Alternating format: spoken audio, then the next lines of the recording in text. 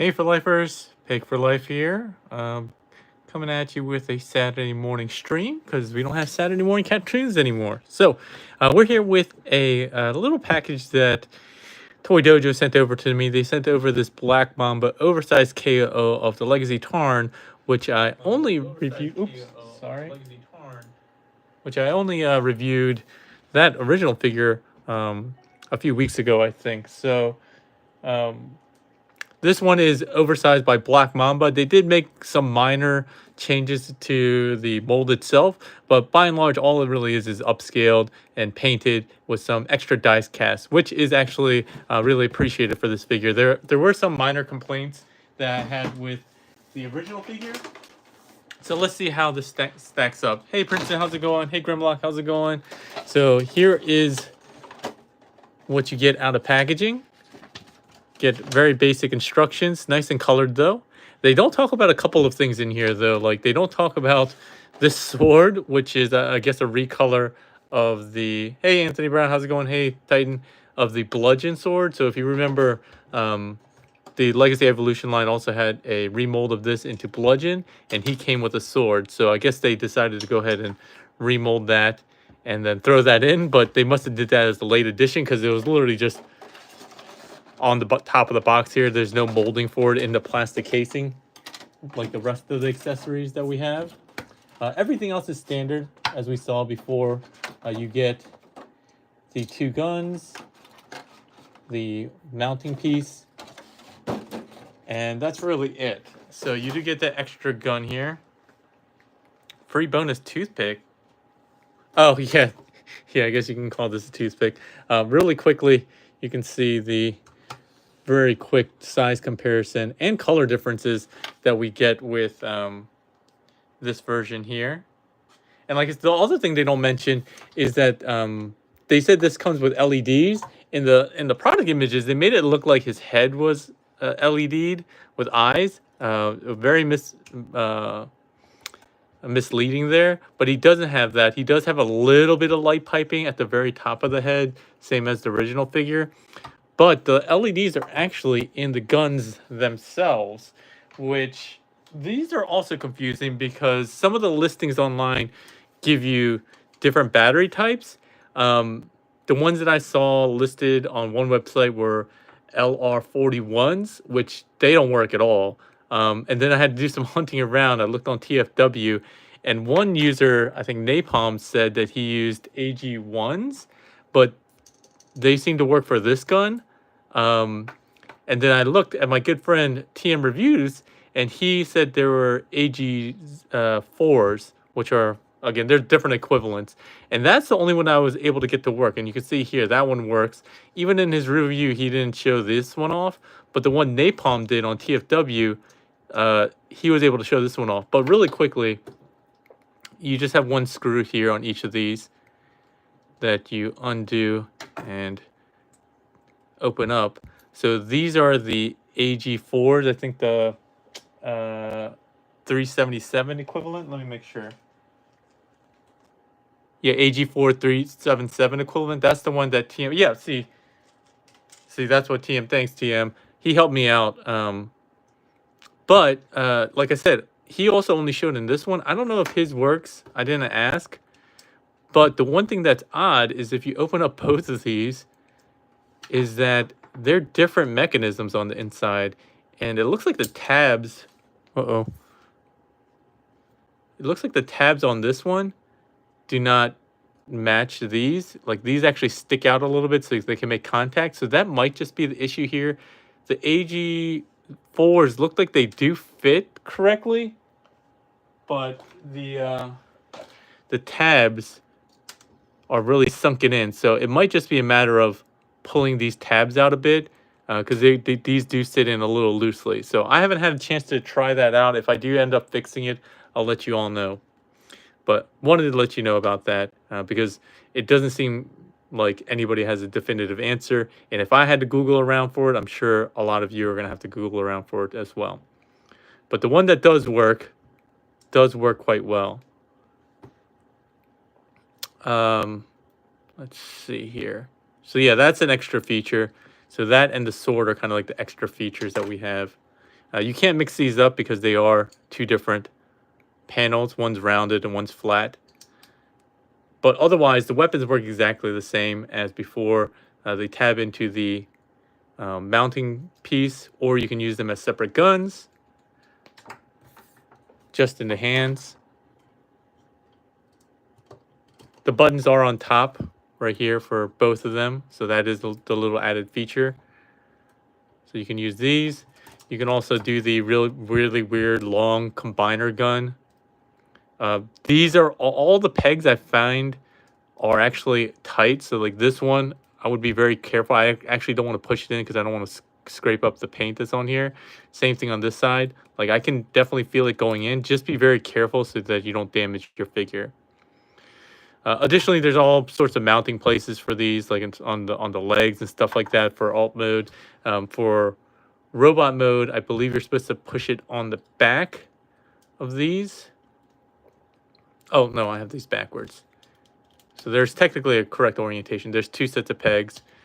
I think you move it to the back here, and then they have this weird swivel on the back. You want to make sure that this gray swivel piece sticks out.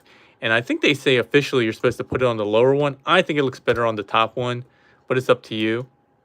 The other things that you can do with this thing is that what I showed off on the other review is that you can flip this around like so, and then you can point these guns. Technically, you're supposed to take them off, but you can move these pieces on the backpack down and plug it into the back to get this over the shoulder, over the head cannon as well. I think it's a little silly looking.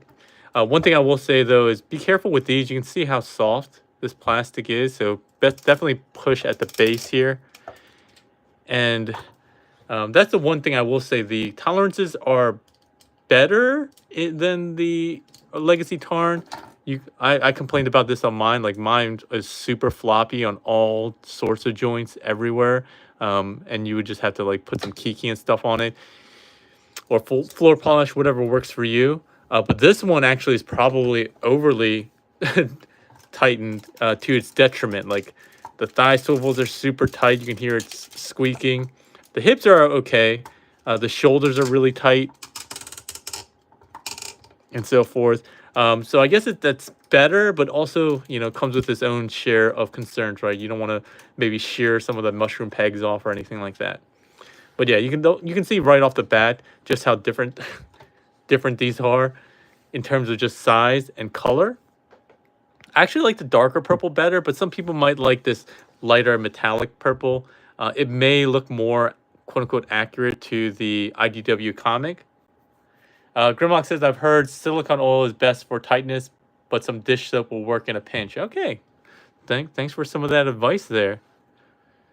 But you can see just how much more paint there is, like just on the details on the shoulder and all the purple stuff. Even the gray plastic is all painted here. Those lower leg pieces. This figure is basically all painted. All these treads are actually painted. And then there's also the addition of die cast. So this entire foot is just basically one solid block of die cast, which makes this figure quite hefty, which is nice. I did ask, you know, what people thought of Tarn as a character in the Tarn review to see if they wanted another iteration of the character in like G1 or some other reuse of the character, since he was kind of a one and done use. And you can see here he is next to MMC's version, which he is a little bit taller, but I think this is where he's kind of ideal in terms of your collection. This figure, while it is nice and has some cool transformations and gimmicks, I do think this one is just really elegant in its execution, transformation, and overall look. So if you've been waiting to get a Tarn for your IDW shelf, your reformatted line shelf, this might be the one to go. You can see just how much more clean it is. It doesn't have all these treads on the lower legs and stuff like that. And also the cannon, the arm cannon looks way less ridiculously oversized. He's not compensating for as much, I suppose. And again, he has his sword, which you can just peg in here. The sword also has a peg that can go on the back.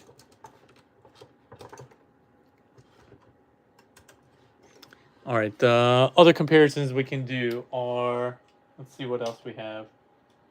I just got this leader figure from one of my viewers, Baker Jin. A nice guy. I told him that I was really looking forward to having one of these but could never find him, so he sent me a Studio Series leader.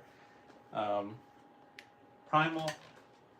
And just so people will probably ask if it would work on a Masterpiece shelf, I think he's a little too small for a Masterpiece collection. I would expect Tarn to be kind of head-to-head with Prime and Megatron. But just for that comparison. All right. Let's see. What else is there to talk about? Oh, everyone cares about weight, but I think most of the reviews I've seen have done a really good job about comparing his weight with other figures. So just between the 3 Tarns I have here, we'll start with the lightest. So Legacy Tarn with his gun and stuff like that, 124 grams. MMC, 294. And then the Oversized KO, 408. So pretty substantially heavier. Almost 50% heavier than the MMC one. But yeah, just off the bat, the improvements they've made are really nice. And I didn't mention this yet, but this figure is basically going for about $50 on Toy Dojo, my sponsor. They're selling it for $50 in the US. I think some overseas folks are selling it for a little bit less, but you might have to pay shipping, or you'll just have to wait a lot longer. But the improvements that they did make, you know, the nice LED stuff, even though one doesn't seem to work, at least on mine, and the paint and the die cast definitely make it worth it. Because this figure, I think, was now a Voyager going for like $30, and he was kind of impossible to find. So $20 more for a much larger figure, which not as floppy arms or legs and hips. I think that's a good value. And again, it's probably one that will better fit your collection if you are into the reformatted line. Hey, Primax, how's it going? All right, let's go into articulation. We'll take this out. He has the same articulation, essentially. There's only like one other piece that they added. So the mold itself is the same. He does have a ball-jointed head. For those of you who are curious, he doesn't have a removable mask like the MMC one does. He has a shoulder swivel there, a very tight rotation there, no butterfly joint. He does have an elbow swivel. He has that kind of weird transformation joint. If you want to use that for articulation for some reason, you have that. He has an elbow bend. He doesn't have kind of a pec deck because of the way the shoulders are mounted. One area which I would have liked to see an improvement is his hands. So they just made his hands the same, I think. Actually, the one thing they did do is make his hands a little bit more claw-like, maybe? Maybe not. Maybe it's the same. Okay, I thought they made it a little bit more pointy. But I would like to have seen maybe some more articulation in the hands, at least the pointer finger separate, or some thumb articulation. But it is what it is for KO. He does have a wrist swivel on a mushroom peg. He doesn't have an ab crunch. He does have a 360. Oh, actually, he doesn't have a 360? Oh, interesting. I would think that this would go 360, but... Oh, I see. So this backpack prevents it from going 360. So if you unpeg this, yeah, there we go. This backpack sits a little low there. He does have kind of those cool hips where are kind of integrated into the hip. The hip skirts are kind of integrated into the hips themselves, so they kind of get out of the way. You don't get a whole lot of back because of the molding there. He does have out to the side, but again, because of the molding, it runs into stuff, so just be careful. Again, with the painted figures, it's a double-edged sword, right? So it looks very nice, but you can easily damage your paint just from articulating incorrectly. Very tight hip joints there. The new area of molding is actually these kneecaps. They're for alt mode, but they are on a hinge here that we'll show off later as pinned. He does have a single jointed knee bend that goes like this, but there's a hidden transformation joint which you can unlock, which will give you additional, basically 180. This one wasn't really that usable in the original figure because it was so loose, but this one is actually tight enough where you could actually use it as a valid articulation joint and not have it just flopping around. That does tab into place though, so just be aware that if you want to get correct, that's how you do that. He does have ankle tilts, no rotation, he does have a toe tilt up and down like so. The guns on the back, we've already talked about, they swivel down for transformation and so forth. And I think that's it. Hopefully I didn't miss anything. I always tend to miss at least like one key piece of articulation. I don't know why. I'm just not that thorough, I suppose. So yeah, we'll get into transformation. Transformation is exactly the same with the exception of the kneecaps. Technically what you're supposed to do here is move these forward to these forward ports. Ooh, and then rotate this around. Oops, sorry, this cannon's on. We'll put that off to the side. We'll go ahead and work with the, I guess we'll work with the upper body first. So we'll, again, be careful on these because these are kind of soft plastic. Rotate these here. They tab in at the bottom here. We're gonna untab this backpack, rotate it around, and then we're just going to leave that there. This will give us enough room to transform the rest of the head. So one of the other complaints I had with the original figure is this little neck tab that is here, and then also on the underside when we rotate the head all the way back and in. Make sure to tilt the head up as well when you rotate this back, and you want to do it correctly so that this tab, the top of this tab here, is flat / parallel to the ground. And if you remember my other review, I had a really hard time getting this tab into this neck. We had to use kind of like a weird sliding behind mechanism and rotate at the same time. I don't have that issue with this one, which is great. So before we do that though, we do have to pull out on the treads here. These are also a lot tighter. And then we're going to rotate these back. It kind of simultaneously transforms this piece. On my original Legacy Tarn figure, this piece disconnected very easily as well, the front grille. I don't have that issue with this one either. So again, some minor improvements, but ones that are very nice to have. So now I can actually just go ahead and hold this and push it forward, and tabs in just fine, not too hard, not too loose. So kind of perfect Three Little Bears kind of situation where it's just right. All right, we'll deal with the legs first, I suppose. We're going to break the legs at the lower knee joint just to get started. And then we can tab the two halves together, straighten out the ankles like so. Just get these like this. And we're going to just bring these around. We can't close this up just yet because we need to transform the arms.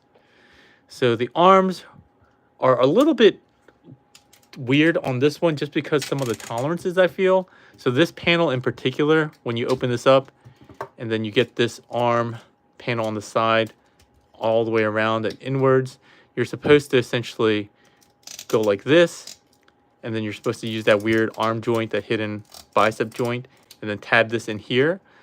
What I used to do was basically go ahead and tab this in first and then straighten this out. But for some reason, and I'm not really sure why, it looks like it runs into the arm first. So what I end up having to do with this release, sorry, let me scooch this down a bit, is actually tilt the arm first, get this around. See, it pops off this joint here. I don't know if that's just mine or not, but come around and straighten that out first, get this tab closed around, and then tab this whole piece into the thigh. Again, I don't know if that's an issue with just my figure or not. Maybe somebody else who has this already in the stream or in the comments can let us know if they seem to have the same issue. Oh, so just TM is already quick. You already said everyone seems to have that issue.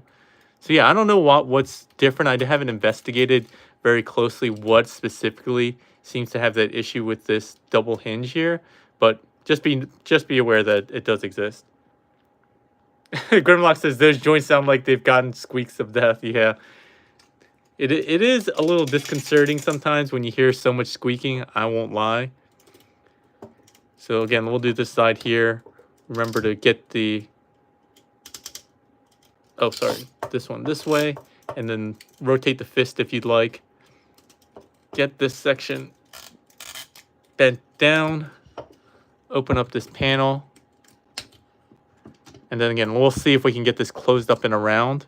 Again, I don't really know why. There's no kind of like interference I'm seeing here. So it should just go closed without an issue, but it seems to pop out for some reason. Yeah, like this one doesn't even want to fully go in. I don't know why. All right, well, seems to have worked this time. All right, and then we can close this up.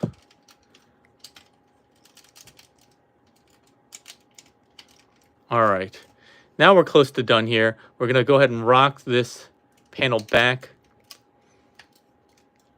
Tab that in, and then these two big rectangular pieces will tab there, as well as two other tabs that were on the forearms. That is why we had to do that first. Come on now, there we go. And then the one additional piece, as we've been mentioning, are just these kneecaps. They kind of just stood out on the original figure, and these come down. I just transformed FT Scourge while watching this. You're much better at it than I am. Yeah, the Wicked One says, I've seen worse issues with more expensive figures. Yeah, it's a minor issue. I will say that it is just a little inconvenient, but at least it's designed in a way that you're not going to break your figure. It kind of pops off. So yeah. Lastly, we'll get this. Use these two tabs to tab onto the legs, just like the original figure. And then if you want, you can bring this sword in, tab it on here, tab it on here. It kind of looks cool this way, to be perfectly honest. That's the way I'll probably display this one in alt mode, since I already have the MMC one, and have this kind of sorted out. But I'll find out. I actually might, because Toy Dojo sent this as a review copy. I might see if I can give it away as a giveaway, because I do have a giveaway that I'm planning on my Discord. I just passed 1 year of my Discord server, so I'm doing a weird giveaway. One is like a wallet. I don't know why I decided to do that, other than the fact that I got some extra wallets. And then I'm gonna do a figure or two giveaway as well. So yeah. Let's go ahead and compare him. He is quite hefty. No additional like articulation in this one. Like, they still have the false wheels, no working treads, obviously. No other pieces of articulation were really added. Again, one other thing that you can do is, if you want to rotate this around, you can peg this into this forward section to have a slightly different look or alternate transformation. Comparing it with some other figures that I do have. Streak, of course, MP Streak. He's a little bit taller, especially with the front grille. He is about twice as wide. And then again, with the MP Bumblebee version 1, the red one, he's about that tall. But yeah, he does feel really quite solid and dense in this mode. All around, I guess the plastic just feels a lot denser. And while it's mostly his feet that are heavy, it's a lot of die cast in there. Like, you usually see portions of feet with die cast, but this one has the entire foot die cast. You'll also see just some little extra details that they painted, like the silver turrets on the side here. And again, it just looks a lot nicer with this covering up the back, more like the MMC version as well. You do still have the visible hands, not a huge deal. And again, just the nice little painted details here and there. This one in the back is a little bit messy on the paint, but it's okay. All right. We'll just transform this guy back into robot mode, and then we'll end the review. Since we already have this cannon out, we'll just go ahead and rotate this around. Move these back to the rear portions. Yeah, TM says it has more die cast and paint, but not as smooth with the transformation, with the joints and transformation. Yeah, absolutely. I think I do prefer that, though. I would like to have a little bit tighter than looser, so I'm not opposed to that. Let's go ahead and untab these. We'll go ahead and bring the arms out. We'll rotate them just out of the way for now. I'll just finish up with the legs just because they're super easy to do. Get these kneecaps out of the way. Don't damage your figure. You can split the legs. Remember that the lower knees do lock in, so do that. Get the toe straightened out. Lower portion is done. Let's deal with the arms. First thing we'll do is untab this panel. Get open this problematic section here. Hopefully it doesn't pop off the double hinge. All right, there we go. You'll see that there is a tab here that goes into the bicep. Close this up. Flip this panel all the way around. And then we just need to get the arms into the correct orientation, which will be to straighten that out, rotate at the bicep, and then rotate the fist. All right. Same thing on this side. We'll go ahead and untab this section, pull this back, get this tabbed in to the shoulder, close this up, straighten this out, bring this panel around to the side. Wait, yeah, this way. And then get this fist correct. Let's undo the backpack. We can flip that around. Bring these sections up to the front.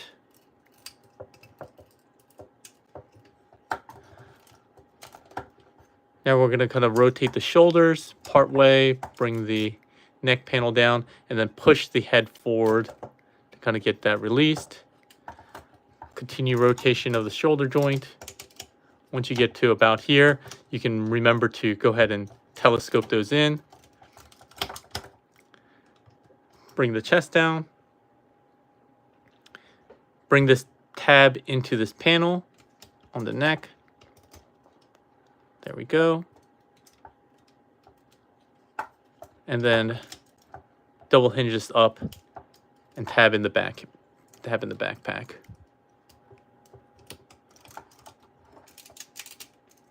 We'll go ahead and port the cannon back on the arm.